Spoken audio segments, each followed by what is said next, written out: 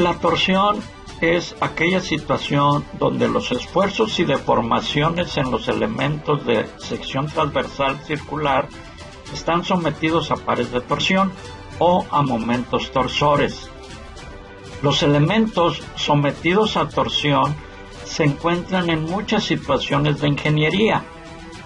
La aplicación más común la representan los ejes de transmisión, que se emplean para transmitir potencia de un punto a otro.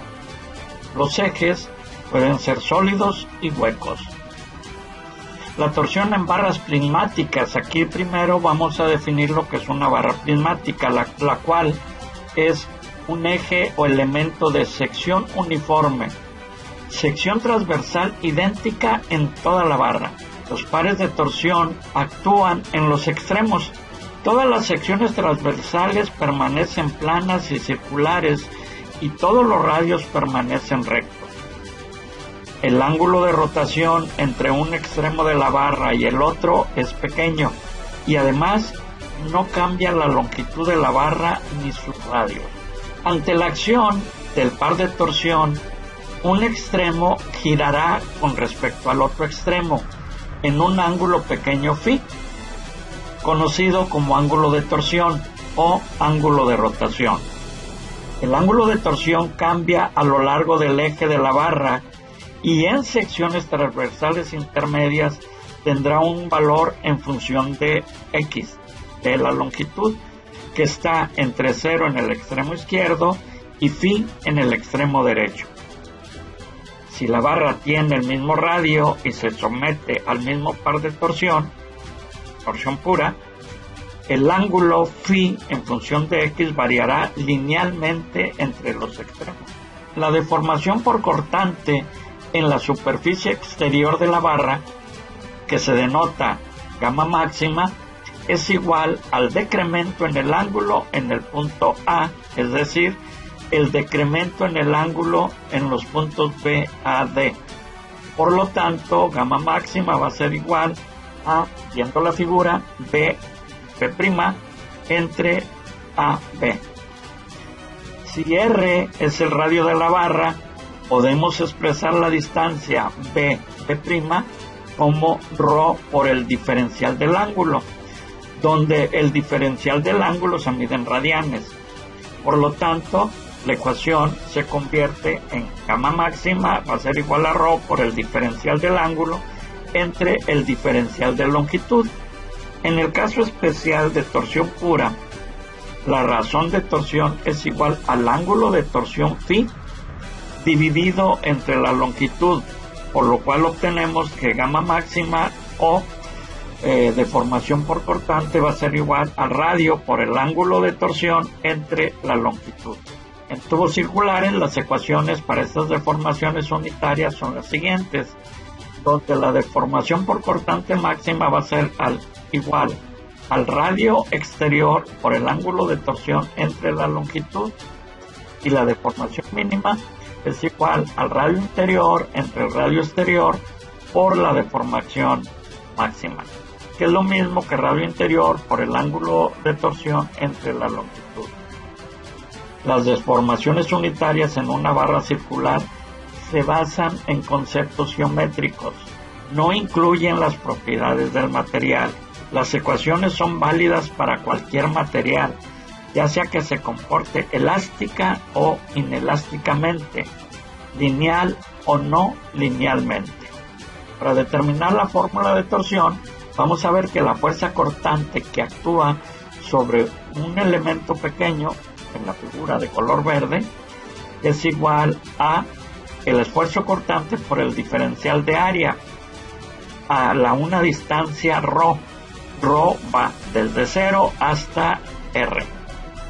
El momento de la fuerza cortante con respecto al eje de la barra es igual a la fuerza multiplicada por su distancia desde el centro, o esfuerzo cortante por ρ por el diferencial de área.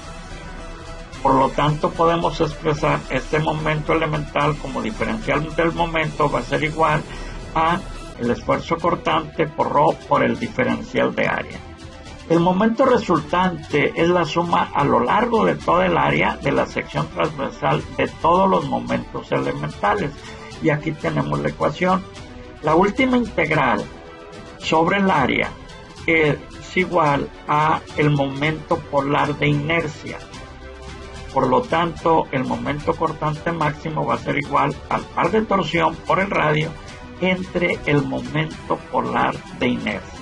Podemos relacionar el ángulo de torsión de una barra de material linealmente elástico con el par de torsión aplicado.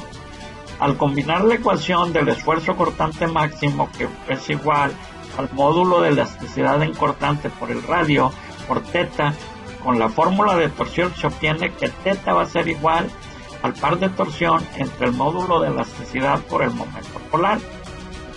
Para una barra en torsión pura, el ángulo de torsión phi es igual a la razón de torsión multiplicada por la longitud de la barra, es decir, phi va a ser igual a teta por L. Sustituyendo esta ecuación en la anterior, obtenemos que el ángulo de torsión va a ser igual al par aplicado por la longitud entre el módulo de elasticidad en cortante por el momento polar de inercia. Cuando los ejes no son circulares, los ejes con secciones transversales circulares, sean sólidos o huecos, no se pandean cuando se aplican momentos torsionales. En ejes prismáticos de longitud L que tienen secciones transversales no circulares sobre los que actúan momentos torsionales en cualquiera de los extremos, existirá un pandeo bajo la acción de dichos momentos, y este pandeo altera las distribuciones de los esfuerzos y deformaciones unitarias por cortante en la sección transversal. Para un eje prismático elíptico, el esfuerzo cortante máximo se da en los extremos del eje menor y puede calcularse con la siguiente expresión.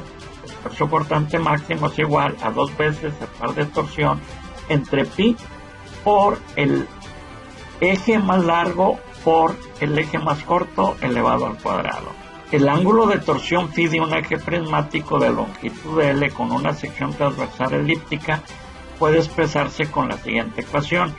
Aquí donde tenemos que ver es la diferencia del momento polar, JE, y en esta ecuación vemos cómo calcular el momento polar para una elipse. Si el eje prismático es un triángulo equilátero, el momento polar se calcula con esta ecuación. Por lo tanto, el esfuerzo cortante máximo va a ser igual a esta fórmula. Si el eje prismático es rectangular, donde la sección rectangular B por T, donde B tiene que ser mayor a T y va a ser igual a 1, mayor a 1, el esfuerzo cortante máximo nos lo da esta ecuación. Y aquí interviene una constante K1. Para el ángulo de torsión interviene en esta ecuación una constante K2. En la tabla que tenemos en la parte inferior vemos cómo calcular la constante K1 y la constante K2. Si son ejes abiertos de pared delgada, estos se pueden representar como acumulaciones de rectángulos. El esfuerzo cortante máximo nos los da la siguiente ecuación y el ángulo de torsión esta otra ecuación. Las constantes de torsión diferentes para los patines y el alma se expresan con las siguientes ecuaciones. Para ejes abiertos de pared delgada tenemos la siguiente tabla para calcular la relación BF entre TF y poder determinar el esfuerzo cortante máximo. Si es para el alma, tenemos la relación BW menos TF entre TW y en la tabla podemos encontrar la constante K1 que nos va a ayudar a resolver esta situación. El efecto de par de torsión es muy importante en el diseño de ejes prismáticos, ya sean sólidos o huecos, o árboles de transmisión de maquinaria y equipo, así como otras aplicaciones de ingeniería. Otras aplicaciones muy comunes en las cuales se aplica la torsión son las herramientas, destornilladores, dados, etc., por lo cual su entendimiento es muy importante.